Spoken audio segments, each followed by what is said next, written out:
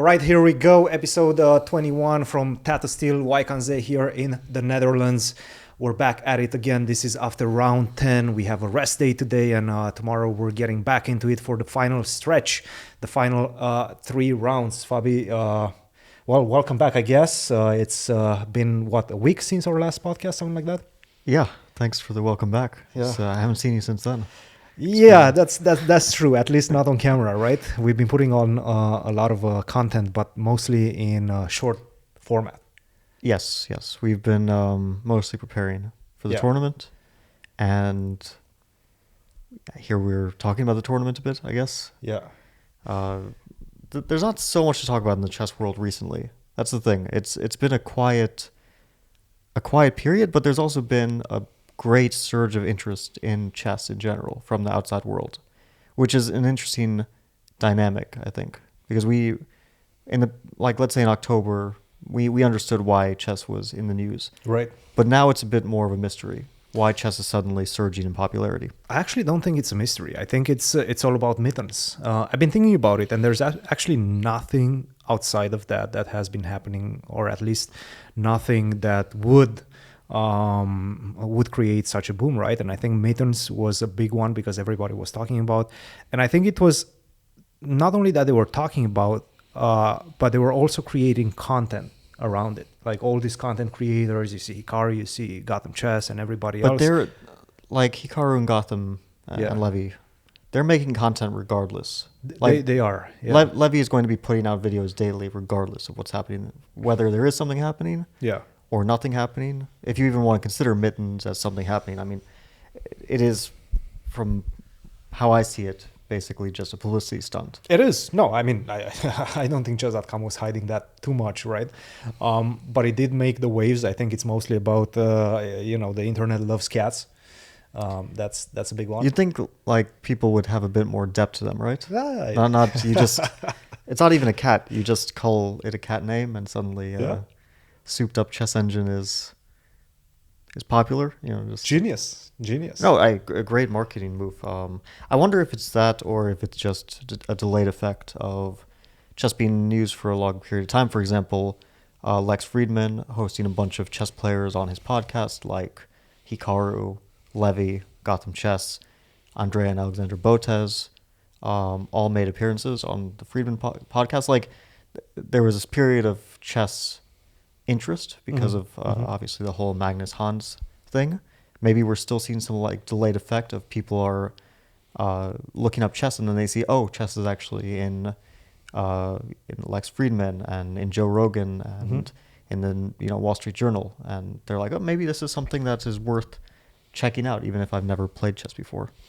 I'm wondering if it's just chess pretty much penetrating the zeitgeist, and just kind of becoming more ingrained in the culture, American culture, world culture. I don't even know exactly. It could be that it's becoming more than just a niche game. I think so. That it's because this is a very it's not a concrete thing. I mean, that some games are popular and others aren't. It's not because of the content of the game, right? Chess is a very contentful game. Yeah. It has a lot of it can be very interesting. It can be more interesting than games that are traditionally very, very popular, right? But still, people have to get into it, and you need to maybe reach a critical mass before it starts moving on its own. It feels like we are actually starting to reach a critical mass. Yeah, that's what like chess.com seems to be saying as well, that the chess boom is continuing, and it's not based on any one factor, and it just kind of it's a train that's picking up steam. Yeah, and I think actually Maybe. Danny Wrench recently tweeted about it, and he was asking, when are they going to stop calling it a chess boom? Maybe it's just chess, just like we think about football, just like we think about soccer, just like we think about all the big games. Well, we're many years away, if ever, from that level of popularity, of course, but definitely have penetrated into popular culture. Yeah. It's not just something that every once in a while makes a movie or TV appearance, some hustlers playing chess in the park, or every once in a while, you have someone like Tobey Maguire playing Bobby Fischer, right? But this happens very rarely in popular culture, or it happened, and now it seems to be more and more in the mainstream news. Obviously, starting with Queen's Gambit, and now the whole saga in the summer that we had, Yeah. and now even something very ordinary, like a chess bot that is named after a cat. Yeah. Yeah. It seems to make it into the news somehow. So maybe we've reached that point where it just by inertia will start to gain more and more popularity. Yeah, absolutely. And I think actually chess.com were having a lot of problems with their servers because of that. That was a huge issue that they had in the last couple of weeks. They had to cancel a couple of Title Tuesdays as well. So that was a bit of a nuisance for them, obviously. Yeah, I mean, they need to get it together. Like, this is already $1 billion company at this point. Yeah. They need to be able to handle the traffic. Get yourself some servers, man. I'm sure they have servers, but yeah, they have to be ready for the possibility that they will grow exponentially in growth at this point. Yeah. Maybe, I don't know, maybe they'll keep growing, or maybe at some point you just hit that, like, there could be a natural limit. Some sort of a plateau, yeah? Yeah, there could be a plateau that chess will hit. And we'll see that through chess.com. This is the interesting thing, is that we'll see it in real time, because people who are interested in chess, they really have only one place to go to play chess, or one natural place to go to. There are, of course, other sites, but when you, for the first time, Google chess, you get one website, right? Yeah, it shows which is natural, right? They have the domain, and even if other chess websites are also very, have very good chess playing capabilities, still, new players will always flock to this place. So if we see it continue to if we see them continue to get more numbers or reach record numbers, then we'll know that chess is growing. If they plateau, then we'll know that maybe we've hit that limit, at least for now. Yeah. And they actually, speaking of plateaus, it doesn't seem like it's stopping right now. And I'm very excited about what they're doing next, which is the Champion Chess Tour. That's going to be very exciting. It's some sort of a combination between what used to be the Champion Chess Tour, I think it was actually called, also before that, the Play Magnus tournament, in which Magnus was playing, and they're coupling up with the Global Chess Championship, organized by chess.com. So those two are merging together.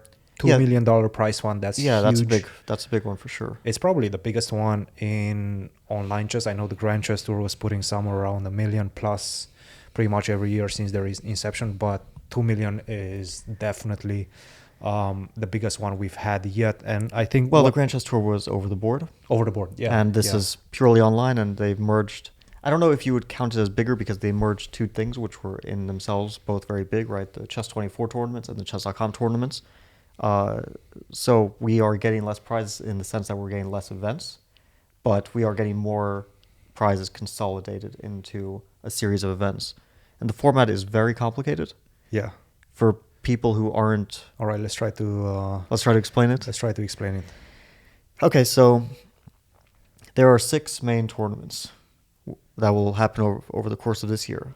And the aim of these 6 tournaments is to determine 8 players who will qualify for a final tournament, which will be in person, which, from what I understand, will be held in December. Is it 8 or is it 10? 8, I believe. 8 players. I'm pretty sure it's 8. Hopefully it's 8. All right. Hopefully 8. we're not making a mistake. If we are, then we'll correct it. But I think it's 8 player in-person final, same as the Chess Global Championship, Chess.com Global Championship that culminated last year. So the final will be similar, right? But the qualification system is very different, and it will consist of 6 tournaments, 6 main ones. There will be qualifiers to get into those tournaments as well, and there will also be players who qualify on the basis of having the Grandmaster title. So those will be open to Grandmasters. Now, it starts off as a Swiss. Each of these 6 events starts off as a Swiss, and then based on the final ranking, the players will be seeded into 3 groups or divisions, as they call them. Yes. And those divisions will be knockout format.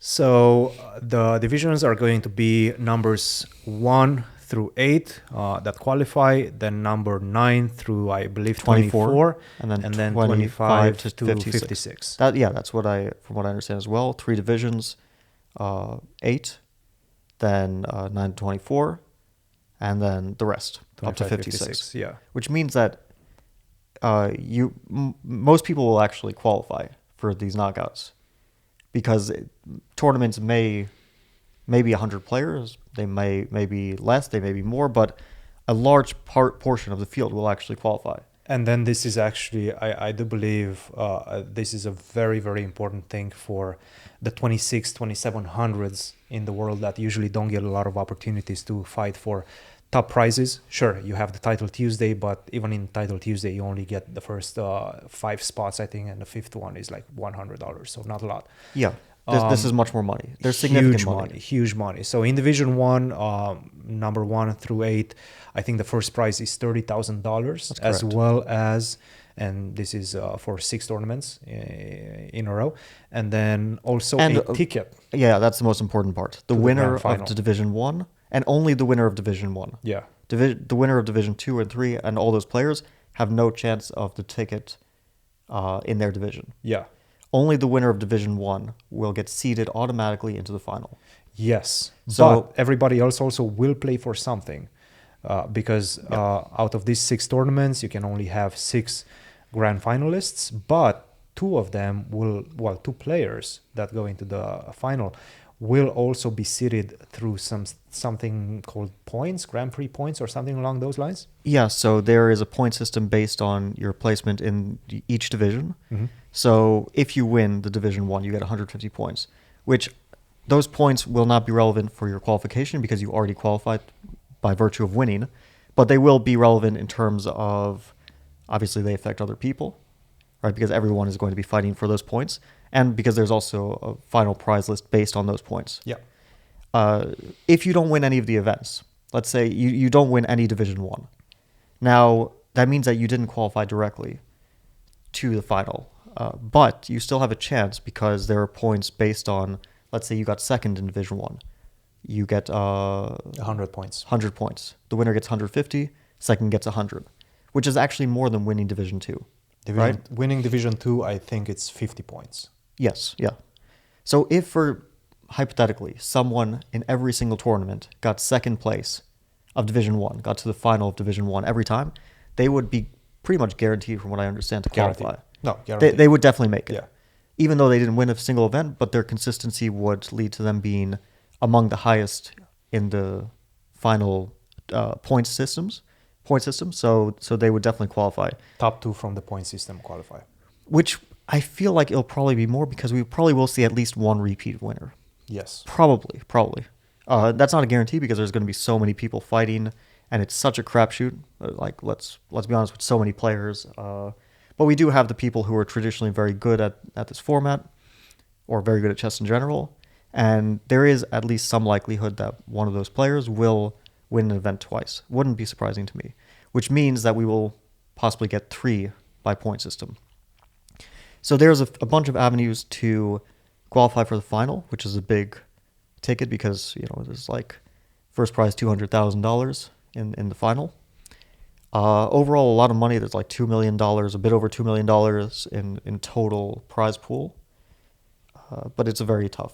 Yeah. It's going to be very tough. A lot of people will be fighting for all that money.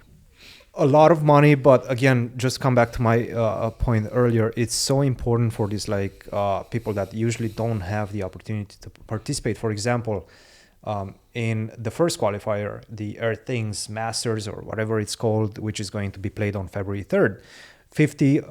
It's going to be open to all grandmasters, first of all, and then top 56 will qualify. And you see a lot of players. Andre Akin, for example, that doesn't necessarily... Well, Andre Akin did well in the Global Chess Championship as well, but I'm trying to think about somebody that hasn't qualified to those big money events and still is around 2650. Let's say Opari, my student. Sure. He's been playing a lot of Title Tuesdays. He hasn't qualified to any of those Global Chess Championships, but now, if he makes it in the top 56, he's going to have a guaranteed prize of $1,000, which is quite a lot. It's good right? money. If you're reasonably consistent at rapid chess, then you will make money. Yeah. You're guaranteed to make a few thousand throughout the tour. Yeah. Okay, not guaranteed, but like if you perform at your level and you're at 2650, then you will make a few thousand. High likelihood. So yeah, it's good money. It's very generous from them, not only for the top players, and we know their motivation a bit was that they had like a lot of tournaments for top players. Like let's say Chess 24 had their in invitationals, right? And obviously Magnus played all of them, and let's say Wesley played all of them. Players like that. And then Chess.com had their more open system, like Title Tuesday. Of course, not huge prizes on Title Tuesday, but still open chance for money for all title players in the world. And their RCC as well, it was open, right? And we saw guys like Paravian, people who aren't so known to maybe the outside chess audience, get a few thousand, maybe $10,000, maybe $12,000, Yeah. which is pretty good money. So a little bit of a tangent. I saw there was a blog post by Vasif Darabai from Azerbaijan, and he was lamenting that he played a tournament. I forget. I think it was in Sitges. Siege. Yeah. Yeah. Sunway Siege. And he said that basically this is like an expense. He plays that tournament as a 2650 give or take player. I think he shared second place and got like 1,500 euros. He has a good score, and basically his prize money will not cover his expenses, or will just barely cover it. He's not doing it for money, basically.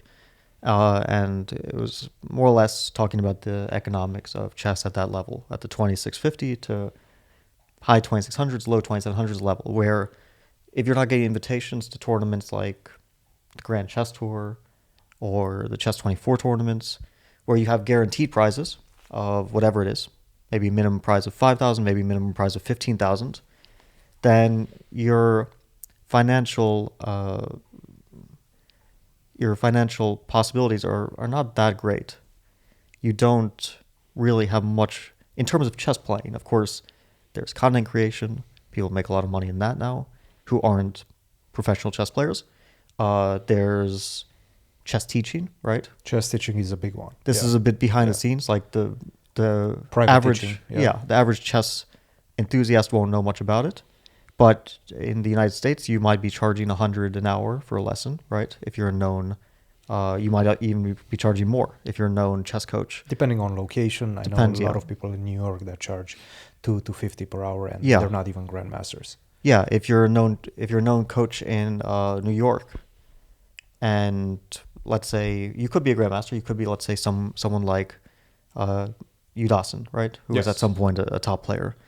I'm not sure he's teaching anymore, but back when I was living in New York as a kid, he was one of the players / coaches there. Or more recognizable names in terms of chess teaching, like Bruce Pandolfini, right? Or at some point, my coach was Miran Sher, who sadly passed away a few years ago. But he was also one of the most known coaches in the U.S. chess scene. So a lot of coaches make good money, but chess players, like it's a bit strange. Normally you'd think competitive chess would have more money than the other aspects of chess, right? But it's a bit backwards. It's like in sports, the players make money. Like football players make millions. Yeah. And commentators make good money too. But you wouldn't expect a high school football coach to make more money than a top 50 football player in the world. Yeah, absolutely not. It's very backwards in that sense, right? Yeah. Or like pick any, like football, soccer, basketball, hockey. Well, I think football is very limited because I don't think they have there's not a lot of teams, and I think maybe the total number of players is somewhere around 300 players that actually make money, and everybody else does make anything. That's still more than chess. Yes. And when we're talking about making money, chess, you're talking about millions. For the most part. Yeah. I'm not 100% sure what the minimum amount of money you receive in football, but I would assume yes. In chess, it's like maybe 20 people make hundreds of thousands. Yeah. And then the rest make not that much. like not a livable wage from just chess playing. Yes. It's a little bit of a backward situation. Again, it also depends very much on your location, how affordable it is, where you live. But Wait. Tell me one location in the world where as a 2650 you make money playing chess. without anything else. For example, in Eastern Europe, not necessarily playing chess, Yeah, but that's what I'm coaching saying. Yeah, that's what I'm chess, you saying. can make a lot of money. Yeah, but where do you make money playing chess if you're not the Yeah. Hikaru, Wesley, Yeah, Magnus?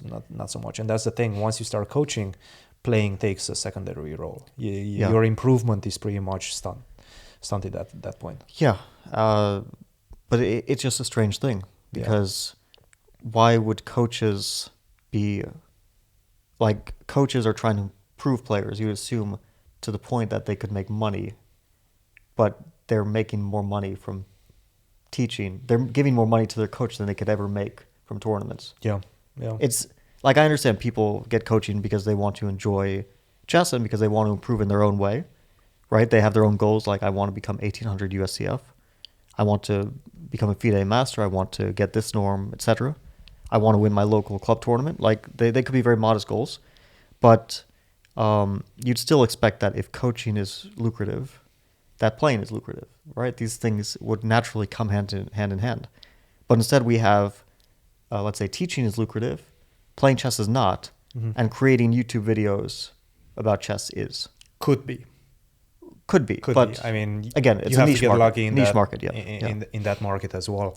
Not necessarily lucky, but you have to put in the work. You have to put in interesting content. But there's more people making money off content creation in chess You think than so? playing chess. You think so? Yeah. You think there's more than like 20 people that actually make a decent living out of content creation? Well, to start with, the top of chess content creation makes more than chess playing. Yes. Levy absolutely. makes more money than Magnus. Absolutely. This is yeah. still a bit strange for me to wrap my head around, but he probably makes like several magnitudes more money. Probably. Um, Magnus only from playing. Yeah, we don't know exactly what the contracts are. no, you of know, course he has it's- sponsorships and stuff, but probably not like 15 million sponsorships. You Yeah, know. who knows? Maybe Who we don't knows? really know Or- exactly. But yeah, if you just start thinking about all the people who are doing Twitch, And you can see that also with Hikaru. Yeah, Hikaru basically not necessarily gave up, but almost gave up a playing career to focus on content creation. Because well, it's let's say we saw just makes more Hikaru sense. makes like close to $500,000 from prizes, right? Sure.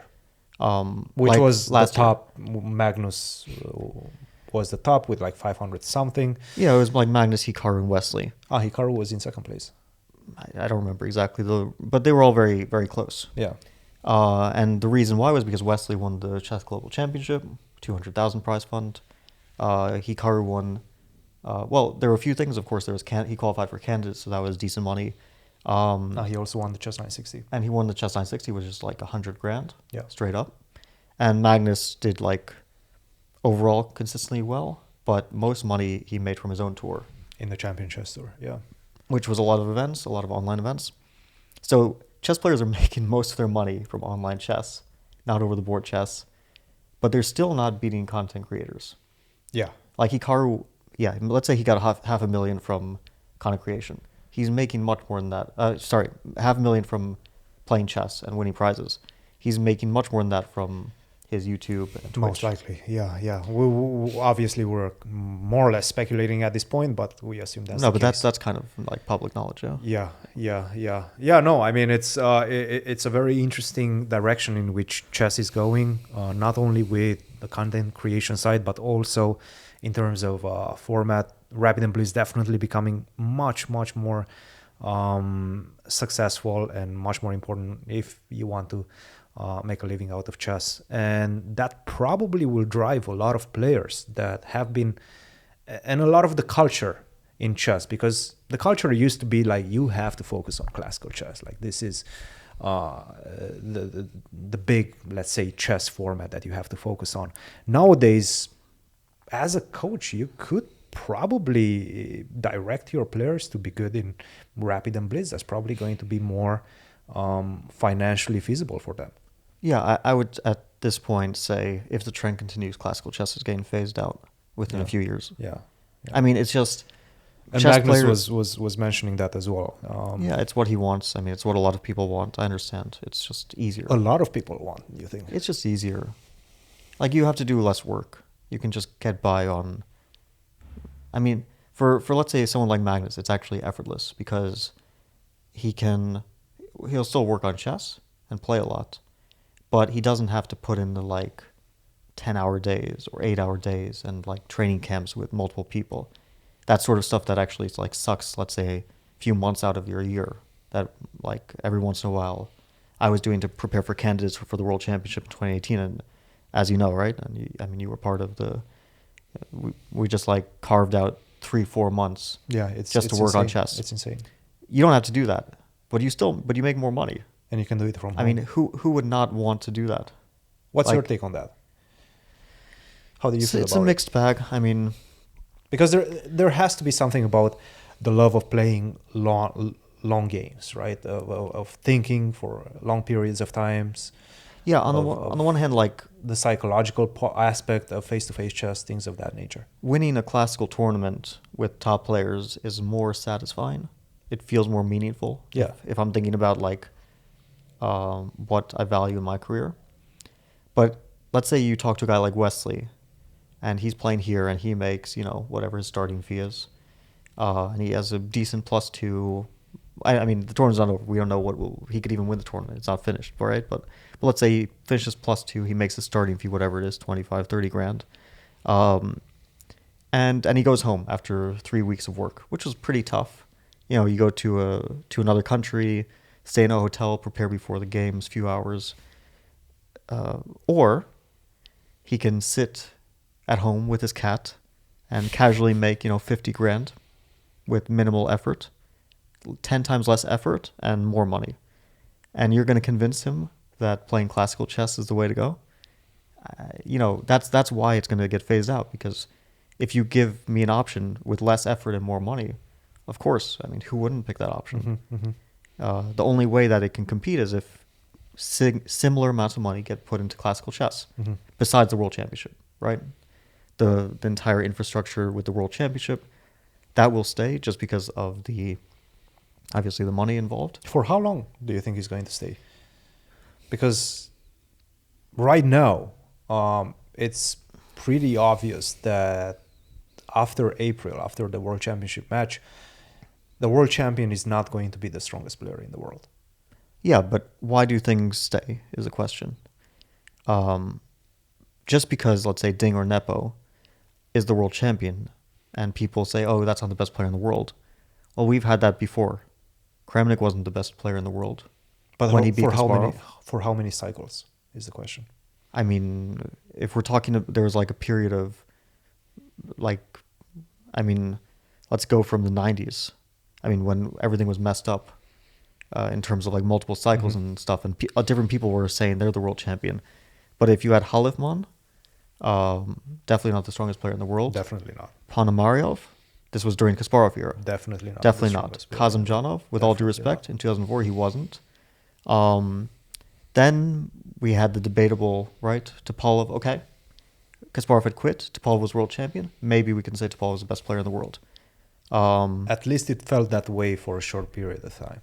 For a few, let's say half a year to a year, it felt like Topalov was for a few years. He was winning all the tournaments, right? He was dominating. Vichy, yeah. But of course you can't really say he was like clearly stronger than Vichy or Kramnik, or even Leko. But it was close. But yeah, Like, it was definitely it close. was okay. It was a close situation. Now we're going to have a situation where Magnus is clearly higher rated than whoever of those two players will be world champion. But we've had that in the past. I mean, much more egregiously, because at least like let's say Ding or Nepo, they're like at currently number 2 or 3 in the world, which I think will change.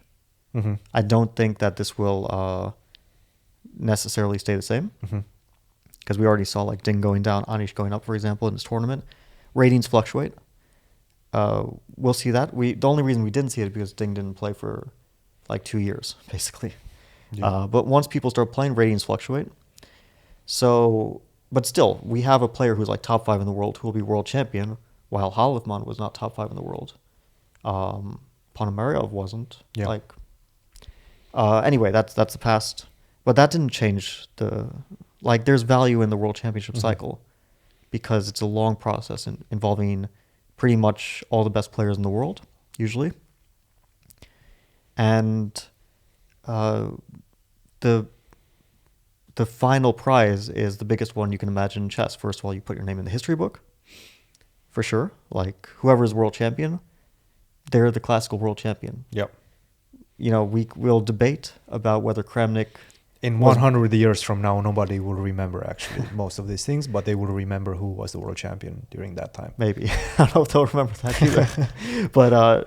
But yeah, we can debate if Kramnik was better than Kasparov, but he beat Kasparov. It doesn't matter. Yeah. Right. So that, and also there's money, right? People just play for the money, or they don't just play for the money, but if there's a big prize fund, people will play. And Ding and Nepo are playing for a $2 million prize fund. $2 million, yeah. That's still more money than any of the chess.com tournaments are putting up. Or, I mean, it's the same, right? 2 million, 2 million. 2 million for the chess tour, but obviously split between hundreds of players, and this is split between 2 players. So I don't think the World Championship is going anywhere anytime soon. But I think classical chess is dying a rather slow death.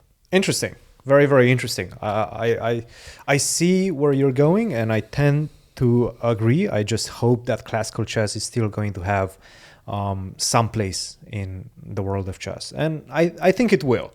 I think if the big actors will decide that they want to continue having classical chess in the spotlight, I think they will be able to do that. Who are the big actors? Well, FIDE, chess.com, And St. Louis Chess Club. St. Louis Chess Club. That's it. It's 3. Yeah. We're talking about big players at chess.com, FIDE, St. Louis Chess Club to some extent, but the St. Louis Chess Club is not trying to change chess. They have their tour of tournaments that they consistently do. Yeah. Every year. Well, it's the St. Louis Chess Club and the Grand Chess Tour. Yeah, I think there are actually different brands. The Grand Chess Tour is an entity in itself, which partners with the St. Louis Chess Club. Yeah, okay. Yeah, the Grand Chess Tour is also Superbet, right? In Romania is a big player in that. That's one of their sponsors as well. Actually, speaking of Superbet, they're starting to pump a lot of resources into Romanian chess. Mm-hmm. They got a report, we know that, but recently they also got, what's his name? I'm trying to remember, the Ukrainian Shevchenko, yeah. Kirill Shevchenko. Great talent, only 20 years of age, close to 2,700, I think he was. I'm not 100% sure if he still is. He was around 2,680, so that's quite significant. Yeah, he's very good. He's going to be board 3 in Romania after Raport and Deac. Also, Romania talent is out of the blue becoming an extremely strong chess country. Decent. Like, team. I would say that team, and then you add, let's say, Lupulescu on 4th board. Or Nisipanu. Nisipanu might come back to the Romanian Federation. Okay. Who knows? Yeah, maybe Dieter These comes are back. Just rumors. But that's like maybe a top 5 team already, or is it's close to that? Because 2 2,700 players, one close to 2,700. I mean, let's say U.S., China, I don't know if Russia, yeah. Well, I don't know. I mean, we can't say Russia right now. They're probably going to play next Olympiad. Yeah, but we just don't know. It's like too volatile to know. We still don't know. Because also players could like leave en masse. I mean, okay. Yeah, but they're still going to be able to put up a very strong team. Yeah, for sure. Like 27-30 at least. Yeah, but it's just a little bit difficult to predict at the moment with them. Yeah, so we're not going to. So, okay, but still very strong. We'll always be a strong chess country. And then France, obviously, with Fruja, Maxime, and if they decide to play, and they haven't played. Neither that's true. That's true. But they said it was because they didn't want to go to India. I think because they were worried about the heat in the summer. Yeah, I don't know. It's you cannot decide on these things based on the heat, based on the demographic of where the tournament is being played. It's a bit strange, at least. But so Romania's up there, right? It should be. What about Germany? They have Keimer. They have Blue Bomb. They have Svein. Okay, these are, let's say, 2650. Donchenko. Yeah, not mid 26. Okay, it's actually a good team. It's a good team, but not close to Romania, I think. Yeah, because they don't really have someone who's well over 2700 in the way that Rapport is. Yeah. Who else? I mean, you should. Azerbaijan. Armenia. Who do they have? Sargsyan. Armenia is a very good. Well, okay, we're forgetting India. India, there you go. Yeah. And two teams. Yeah? Also, Uzbekistan. Okay, we're forgetting a lot of countries. Uzbekistan will be very good because, of course, I mean, they already won, so they obviously are already very good. But Abdusattar will get better. Sindarov will get better. Their young guys will improve, so they'll continue to get stronger. India will have multiple good teams because the young guys are very good and improving, and they still do have the established guys like Pentala Hare Krishna Yeah. and Krishan Sasikiran and Ganguly, Surya Ganguly, and like they have their established guys, and of course Vidit, who is like he's also still quite young, and then they have like their 16, 17-year-olds who are improving a lot. I'm gonna go with Romania being a top 10 country. Top 10, in the yeah, next that's Olympiad. fair. That's fair. Top 10, top For 10, sure. which is very, very decent also. But yeah, definitely going to be very interesting to follow. You know, I if I remember correctly, I think Italy once got number 10 in Olympiad Okay, in final standings. I think in the 2010 Olympiad. were you part of that team? Yeah. We were actually fighting for medals, but we had to beat China in the last round. Yeah. We had a great Olympiad, Yeah, difficult. but we lost to China quite heavily. And Yeah. still, it was a good score. I'm not 100% sure if it was 10th. Our team at the time was Godena, Michele Godena, Vocaturo, Godena, Brunello, and Brunello. Yeah. wait, Vocaturo, Brunello, and Diverni was on the team at the time. Really? 2010? I guess he was. Yeah. Yeah. He's my age, probably a No, GM at Diverni that was point. like 2500s Yeah. at the time, like mid 2500s. I'm trying, and wait, I only named four, yeah? There was a fifth player. It was Rambaldoni, Dennis Rambaldoni. Yeah. I remember this That was name. the team. That was the team. He's not playing anymore, right? I don't believe so, but I haven't really stayed in touch Yeah, I don't think with he is. with Italian chess too much. So I haven't spoken to the players much at all. Yeah. But yeah, he beat me a long time ago. I have like a long history of Good player. playing them. Yeah. Absolutely. No, all those Italians, very dangerous guys. Yeah, no, that's going to be a very interesting Olympiad, but I think we're going to 2024 right now. 2023 is going to be huge. We have so many tournaments coming up. The Grand Chess Tour also in May. The American Cup, which is going to be played in March. That's a very interesting one. I'm looking forward to that format, but I'm sure we will be talking about that much more in the future. We'll both be there. Yeah, we'll both be there at the American Cup. I will do some commentary. You will do some playing. Do you Some still? little Yes, bit of playing. a little bit of playing. Speaking of playing, +1. I think that's where we left it after 4 rounds. You're still on +1. A bit unfortunate. It sounded better after 4 rounds. I know, than right? After 10 rounds. Yeah. I know. We were hoping to be at +2, +3. You beat Gukesh, lost against Magnus. That was a pretty painful occurrence. Do you want to talk about any key moments in any of these games? Yeah, I mean, well, we can talk about it briefly because last time we got into the games quite heavily, right? Yeah, we don't have any. We went into the details of everything, but that took quite a lot of time. So after I beat Gukesh, then I'm playing Parham. And more or less the game, which was quite topsy-turvy. And at some point I was better. And at some point I overpressed and I suddenly got much worse. And even objectively at one moment I was losing in a very, very surprising way to me. Not surprising the move, but the position that it's actually losing for black. And then suddenly we reach a position which is, to my mind, a dead draw. Already it's been like, I've been sure that it's a draw for a while. But I understand he's trying because he's the one who's pressing, but he's visually better.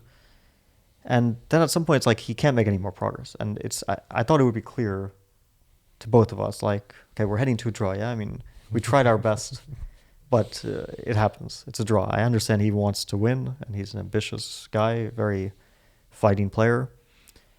But then he puts his king on g4. And like I saw this possibility in advance that he could put his king on g4. But I was like, okay, it looks dangerous, but it doesn't seem like a bad move. But it doesn't change the valuation. It still seems like a draw. So, okay, I was starting to get a bit, like I'm also an ambitious player. I was starting to feel like, okay, he's playing very risky. You know, you could blunder a mate like this, right? Your king's out in the open. I have a queen and bishop. There's good attacking pieces. But I was like, okay, I don't see any way, so I'm not going to press this. So I go for what feels to me like a very clean way to make a draw, bishop e1. At this point, I'm expecting him to just take the f4 pawn, and I take his b pawn, and we clean up. Shake hands.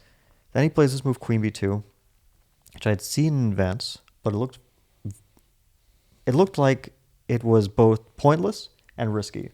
Like, on the one hand, you can lose with this move. It's almost losing. On the other hand, if I want, I can force a draw.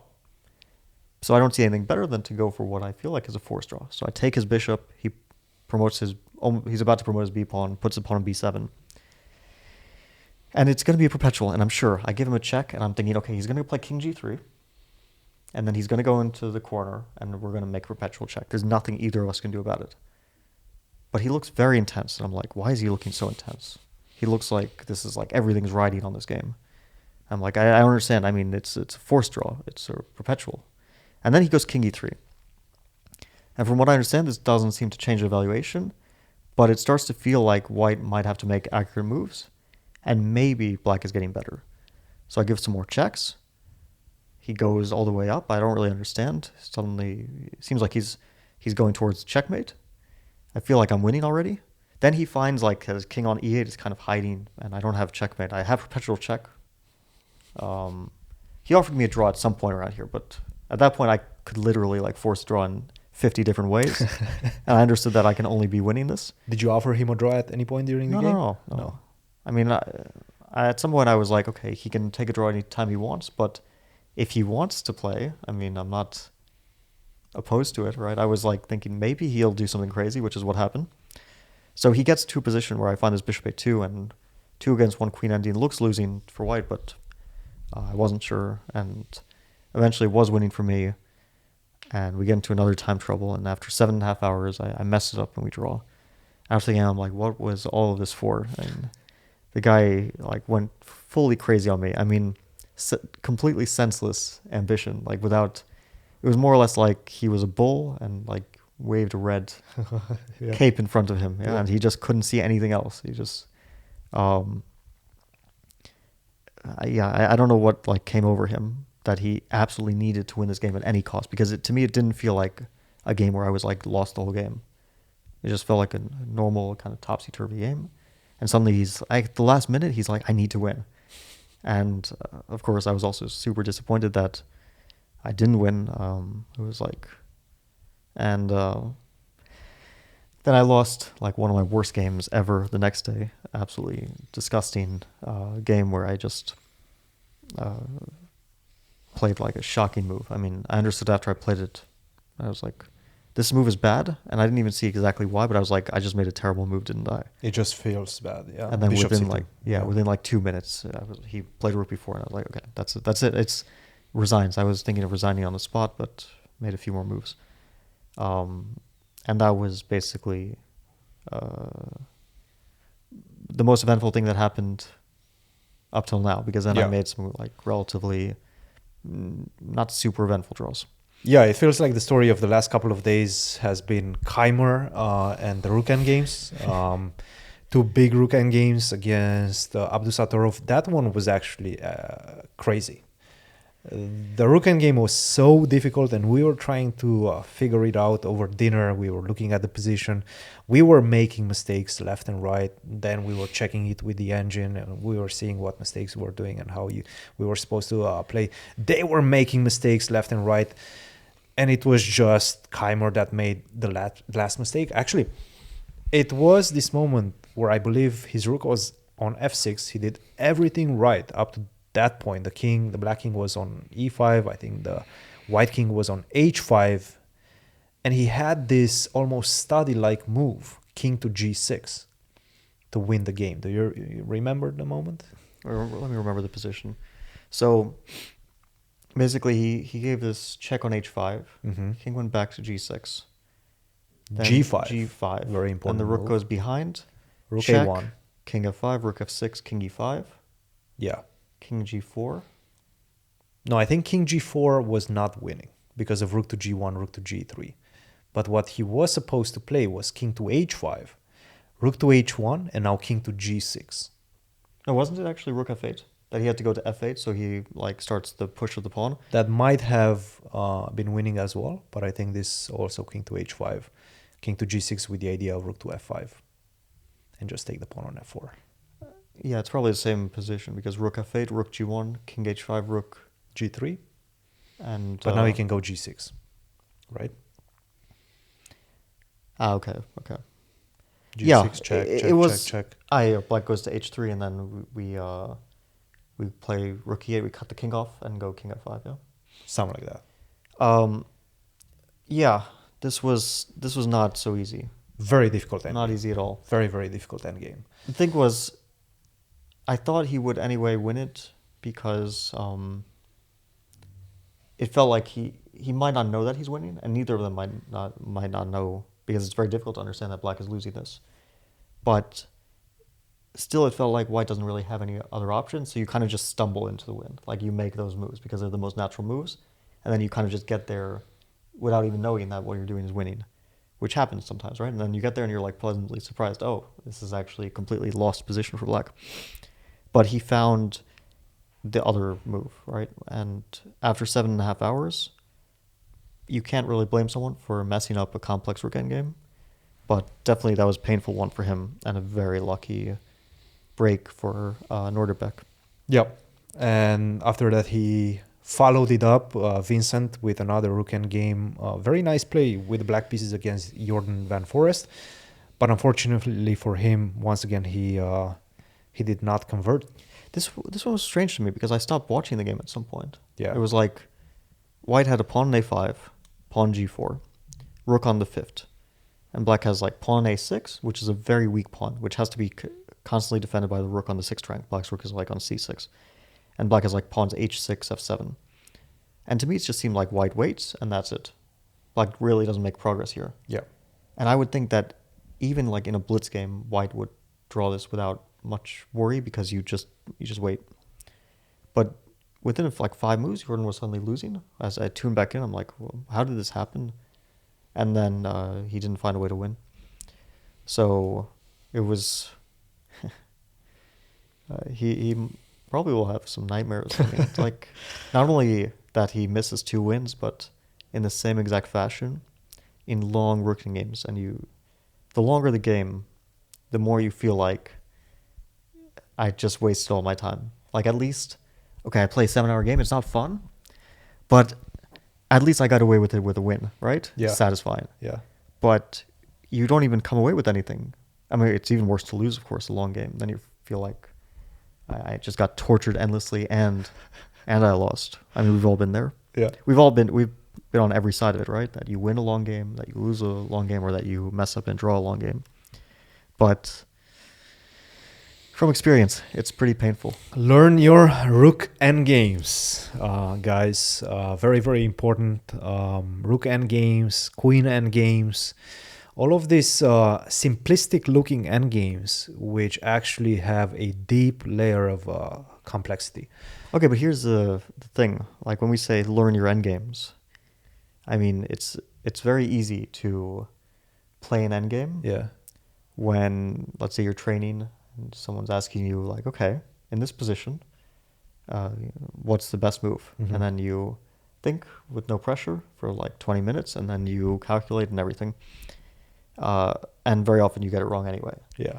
But when you're actually playing a long, long game, 7 hours plus, and you're very tired and it's already around 10 of a tournament, so you've had the tiredness of the previous 9 games and of the full game that you just played, then it's different. And you don't have someone telling you, look for a win here, right? You don't even know if you're winning the game. That might have been the reason why, for example, Vincent didn't win against Abdusattorov, why he didn't find the winning move. Maybe if you had told him, there's a win here, he finds it. But over the board, everything's more difficult. That's what people, even grandmasters, even myself, you as well, I'm sure, sometimes forget when we're watching games. Everything seems easy until you're actually sitting there, and then you have all these doubts. Is it winning? Is it not winning? All these moves are... It was the same like someone asked in... we have a Discord, right? Mm-hmm. And someone asked this question about the game. Like, why didn't black play king g5 in that game? Why didn't Abdusattorov play king g5? Because at some point he had to draw like this. Yeah. And yeah, if you ask him to evaluate King G5, Abdusattorov, he would probably say, yeah, this is probably a draw. It looks like a draw. But the thing is, maybe he also evaluated what he played as a draw. And maybe he thought they were both a draw. And he just went with his gut on which one is more likely to be a draw. And he guessed wrong, because the only reason that he was losing in the game was because of a 20-move sequence of only moves where white eventually... F3, King G2, King H3, King H4, G5, The only reason white wins is, first of all, his F3 move, which when we were thinking about it, I was like, this is a draw. It's an amazing fortress. We did not spot it. Black sacks the F-pawn and then goes with the king to H4, and it's a fortress.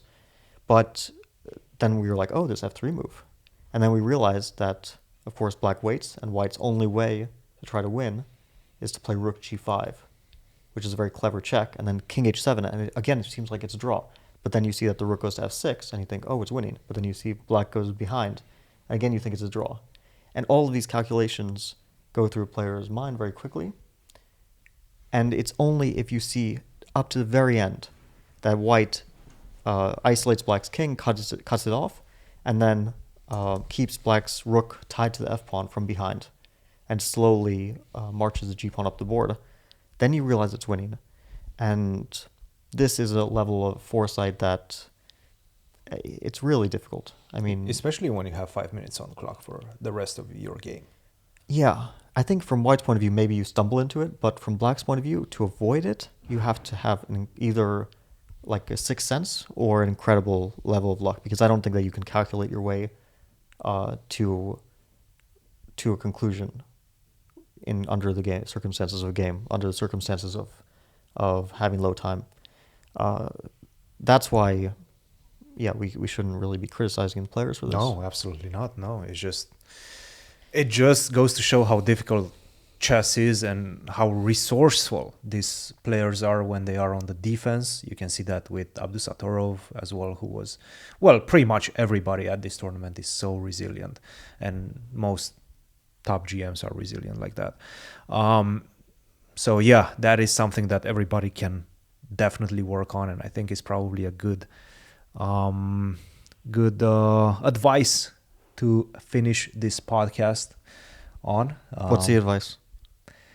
Just study rook and queen endgames, simplistic endgames, as well as work on your resilience when you know that you're in a worse position and you have to put the best defense forward. Good How advice. does that sound? Good? And eat your vegetables. I like that. Now, Fabi, what do we have? What do we have new in the C-square conglomerate? We have TikTok nowadays. Yes. Go check that out. It's going to be in the description somewhere. TikTok. We have a Discord server. That's a big one. Yeah. We open a Discord server that is open to the public. Yeah. So we'll put that down below. People can, if they want, join. And that is actually the best way to keep in touch with us, because we are actually active in the Discord. We interact with pretty much everybody that's in the Discord on a regular basis. So if you want to have direct access to us, chat with us, ask Fabi about his game immediately after the game, then go into the Discord and join that. What else do we have? Again, I wonder, do we trust our subscribers? Do we trust our viewers? We do. We always do. We do, yeah. Especially Ethan. Okay, I'll trust you on that one. I'm not sure. I don't usually trust the internet, but we trust them. What do we trust them with? With being in our Discord. Oh yeah, I mean, I'm sure we'll get a few. We'll get a few interesting minds, inquisitive minds in the Discord as well. All right, 3 games to go. Lots of chess still to be played. That's going to be very interesting, and I'm sure we will be talking about it once once the tournament finishes and once both of us get into our respective homes. So we will catch you guys in about a week from now. Anyway, thanks for tuning in. Good luck, Fabi. And see you guys in the next video. See you guys. Cheers.